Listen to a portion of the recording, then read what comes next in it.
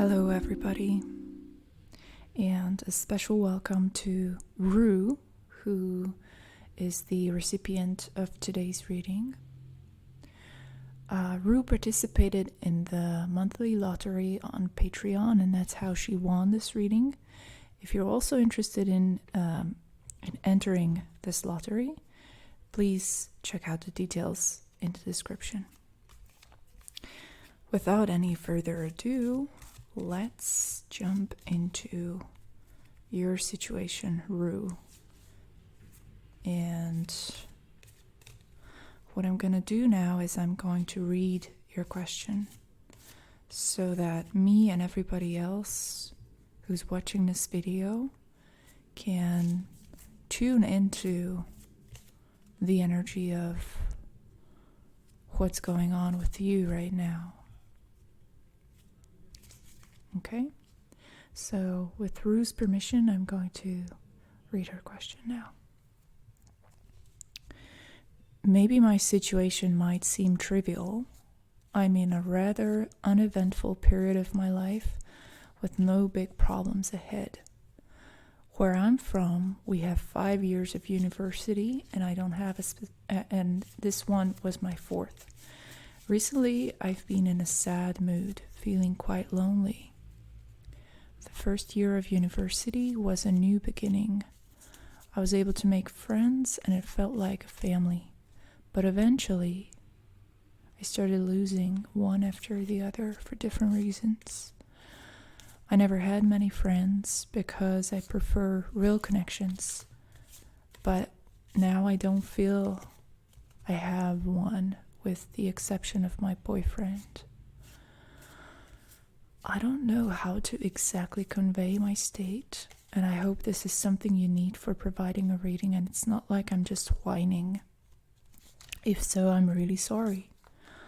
I just feel I wasted my uni years after I wasted also my high school years.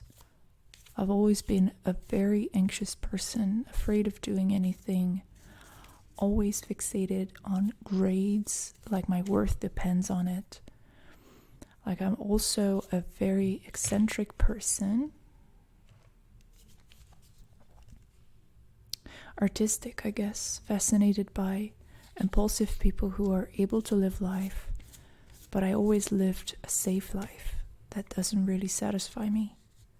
The end of uni is near, and so also in my mind, my possibility to have fun and live my life, since unemployment is around the corner. I'm studying psychology and it's not easy here to find a job. I'm being financially supported by my parents, and of course, they need me to find a job and are asking more and more often. I feel quite anxious about it and also without hope. This was all over the place, very rambly and not coherent. Not sure if this is usable or if it was too superficial. Okay, so a couple of things. I would like to ask everyone who has listened to this message just now, what is the feeling that you get about Rue? What kind of a person do you think she is?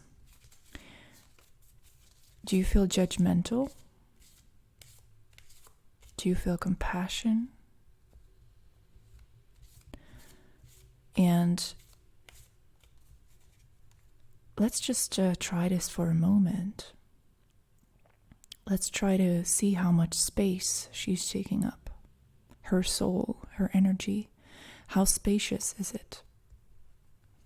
What do you see? Because I see Rue being very small. She's shrinking herself into this very tiny, apologetic being. There are a couple of things that stands out in her letter. She apologizes for sharing very important information with us because we need this to understand what she's going through, to be able to help her. But at the same time, she feels bad about it. She does not want to be a burden to us. So the first thing that really jumps out is that she is very, very harsh on herself. And she wants to take up as little space as possible. And when she's asking for help, she's still in this mindset of, I do need the help, but I don't want to be a burden. So let's start this reading by sending her a message. So Rue, we are speaking to you now, okay? And I would like to ask everybody who's watching this reading right now to please take a second to slow down and arrive in the moment. And let's focus on Rue for a second, or two, or even more. Let's give her some time and space. Let's allow her to be who she really is, unapologetically. We are here listening to you and working with you on your problem. Your problem is not small, it's not trivial.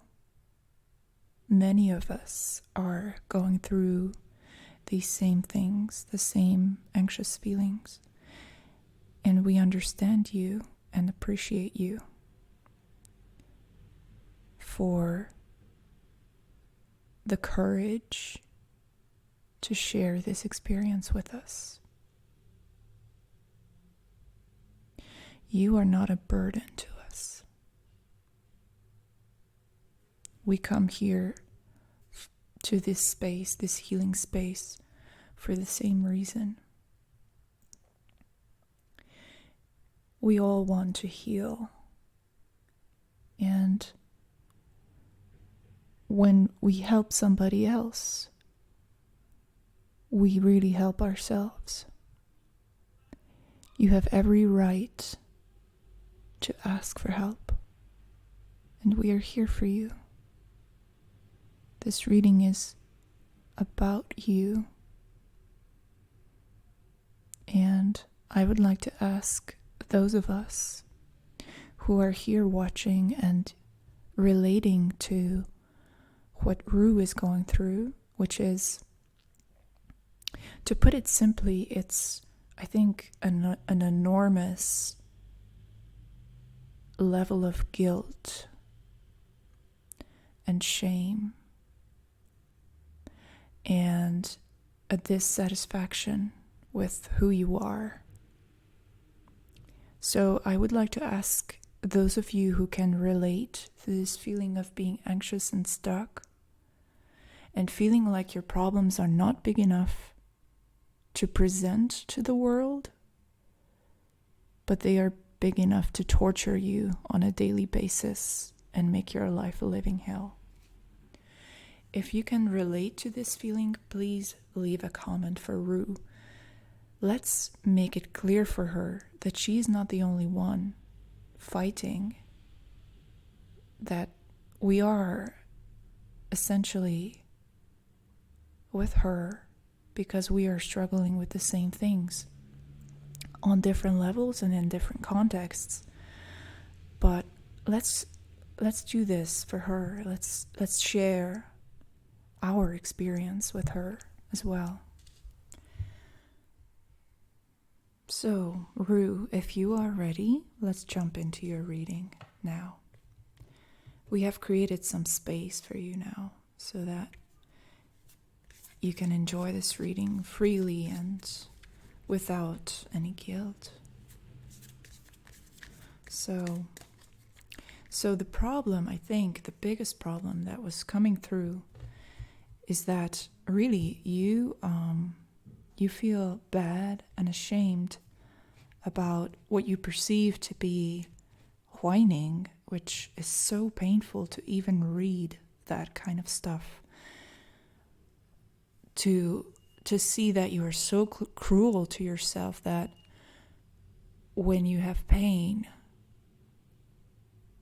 you trivialize it, you invalidate yourself in such a harsh way. It's very painful, and I can feel this physical sensation of my stomach cramping up and becoming small and hard, and it's just such a bad feeling. And I think we need to first address that. So that's the real underlying issue that I think is making things very hard for you. So let's just get a card on. Let's get a card on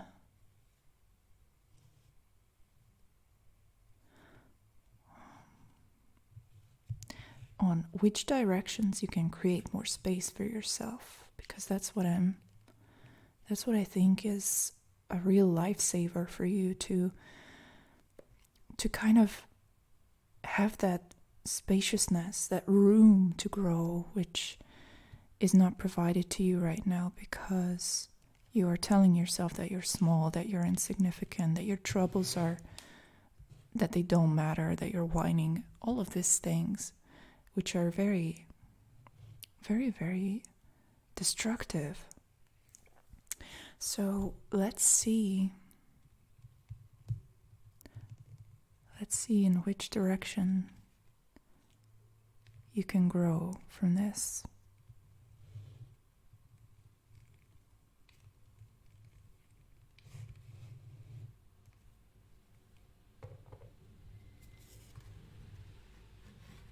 Okay.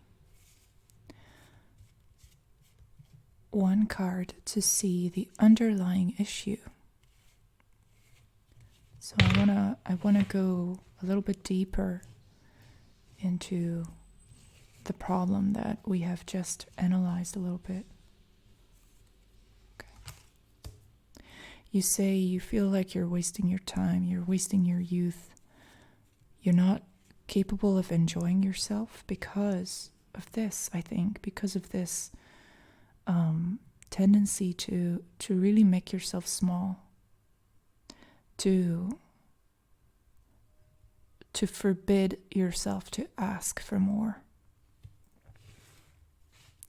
So I want to see the pathway to your authentic self, how you can access the self that is capable of asking for help, the self that is capable of having needs and demanding that those needs are met.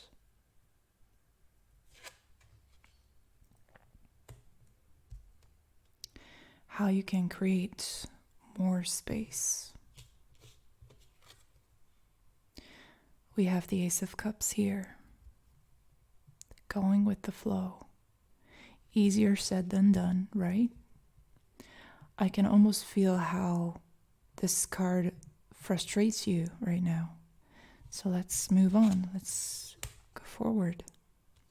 The underlying issue, stress. The Seven of Wands. All right, makes sense. And this was your pathway to your true self. Two of Swords, schizophrenia. Okay, we need more cards here. This is not enough information for me to work with, especially since this card is telling me that the pathway to your authentic self seems to be blocked, that there's so much pain and trauma here that you are intellectually disassociating from the pain, and that it's hard to access. So I would like to draw one card to see see.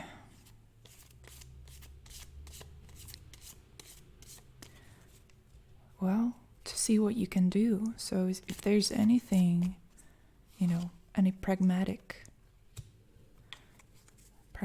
thing that you can do. The Queen of Pentacles. Such a beautiful card. Flowering. All right.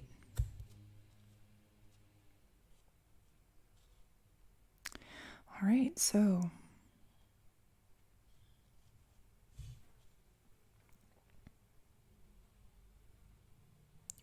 let's start with the underlying energies, the underlying issue, the Seven of Wands. There's this great sense of perfectionism.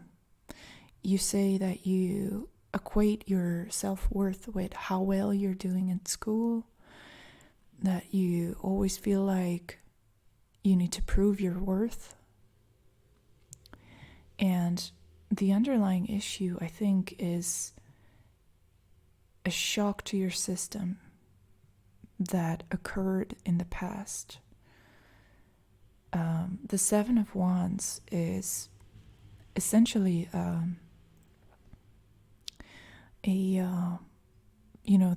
there are these three basic responses that we can give to stress. It's either fight or flight or freeze. And the Seven of Wands is fight. So deep within and deep beneath all these layers of numbness that the Two of Swords represents, an exhaustion from just being criticized and being pressured all the time, externally and internally. So beyond this numbness, this freeze state, there is a great deal of anger. And you still have the fighting spirit within you. It's just that you felt like there was no use fighting. There's this concept in psychology called learned helplessness. It's when you cannot confidently establish the positive outcome of these fighting moves, of you trying to escape or fight or just get out of a painful situation. When you try and it doesn't work because you're powerless, because you're a child, because you're traumatized, etc. When you are put into that sort of situation long enough and often enough, it becomes sort of like a learned mechanism to not even try anymore, because there's no consistent hope for a better outcome. It just doesn't exist. And therefore, you get stuck in a feeling of nihilism. Nothing is ultimately worth trying because the past has showed you that it doesn't make a difference, that whatever you try to do, they will break your spirit. And this typically occurs, in a family environment. And since you're studying psychology, I think you're probably familiar with these mechanisms, but it's hard to see them objectively, when we are examining ourselves. But the thing is, the world has taught you to not want to fight, but it's still there. The pressure is still there. The internal tension is still there. And it's coming out in these Two of Swords type of ways of oscillating anxiety, nervousness, a feeling that you're barely even making it day by day. It's very stressful, very exhausting feeling.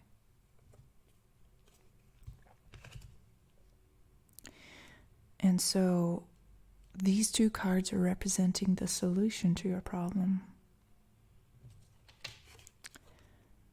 Going with the flow, the Ace of Cups.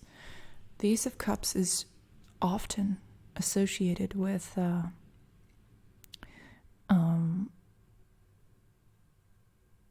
gift from the universe, but I don't agree with that interpretation.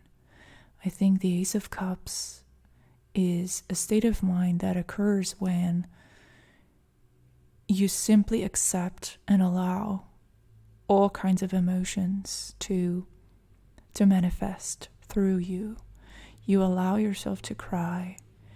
You allow yourself to laugh, to have joy, even if it's inappropriate. Even if, even if it in your conscious mind, there's all these big stop signs telling you not to do it. The Ace of Cups represents the radical respect that you have for your emotional world. So here's the thing, Rue. There's an immense amount of pain and suffering and discomfort that is just emanating from what you've written.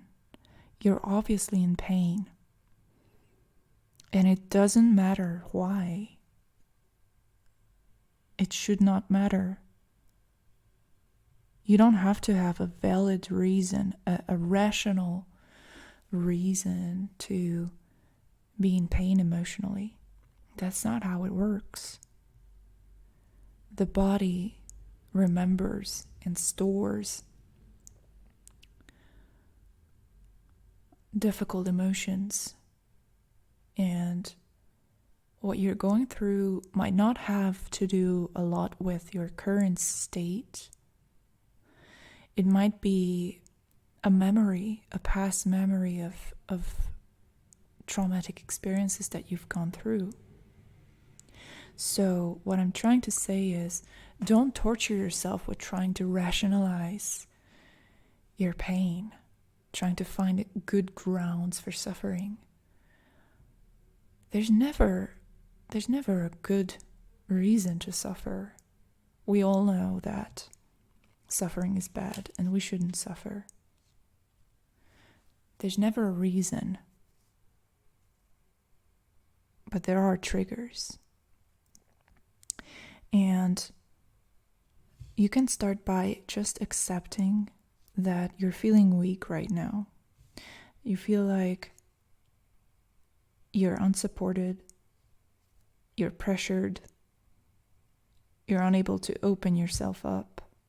And that's just what it is, and that's causing you to have this pain, and that's true. That's your emotional truth. And nobody watching this video is going to think that your pain is just whining or a temper tantrum, because the people watching this video are all sensitive and compassionate people and empathetic. We all understand where you're coming from because we've been through the same things as you. Perhaps some of us are going through it right now.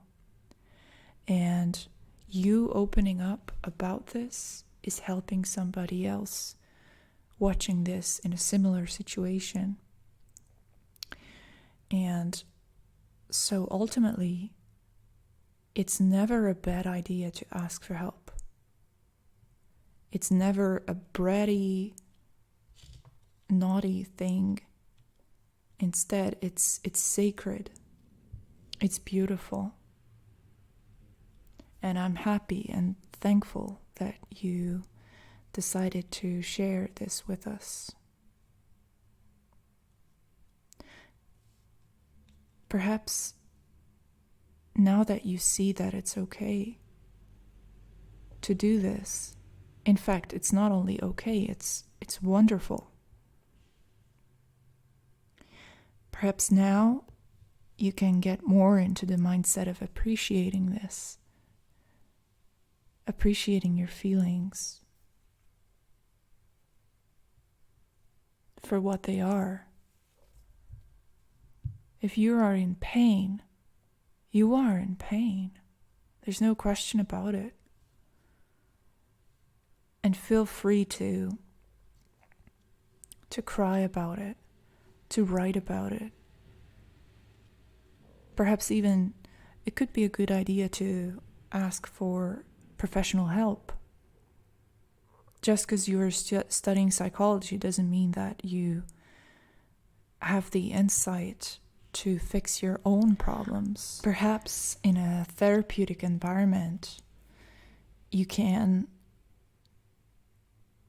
disentangle these chaotic and paralyzing feelings. And not only that, you can also participate in an experience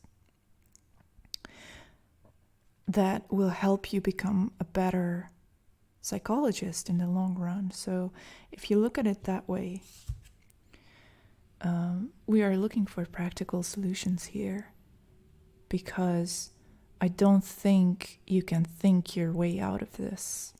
There's just no way. And that's okay, because no amount of thinking the same way over and over again in a loop of self-inflicted pain is going to make a difference. However, if you do reach out, if you do decide to go to a therapist and ask for help, they will be able to show you a very pragmatic approach to your situation. And like I said, it's also a learning experience for you as a psychologist. And I think another good way to create more space for you to be who you are is to go to spacious places. So this is the Queen of Pentacles, and Pentacles, they represent the earthy, material aspect of existence, and nature, most importantly. The Queen of Pentacles can be very strongly interrelated with natural spaces, natural environments. So going somewhere like a desert where there's just a lot of space, where you can gaze into the distance and feel limitless, and for you to just have that experience of having lots of room around you in one way or another, in some natural setting, I think could be very healing. So these are the things that you can do on a pragmatic level and on an emotional level. So these are the two, the two components to your healing, is to reveal to yourself the truth of your emotions, to accept that it's okay to be weak. It's okay to have these difficult feelings within us. There is a reason for everything, but we don't need to necessarily know the reason. The only thing that's important and that you need to focus on is the negative emotional state that you're in, and to give yourself the gift of validation, that you validate this feeling, which I'm pretty sure exists in your whole body. So probably your jaw is tense, or you have headaches, or you feel dizzy, or your stomach hurts, or something like that. These are somatic patterns that emerge parallel to the emotional pain, or perhaps as an expression of that emotional pain, that are trying to make it even more clear to you that you need to respect this, that it is real. It's real. Your emotions are real. They are what they are, and there's no need to feel ashamed about these emotions. You can work with this. There's lots of resources around you to work it out. But first, it's important that you admit to yourself that what you're doing is not just empty whining. It's legitimate pain that you're trying to work through. So I hope that you liked this reading, Rue. We all wish you the best of luck. Please leave some nice comments for Rue, to those of you who have watched this video along with us. And thank you for participating in the lottery. Thank you for your support. And I hope to see you soon.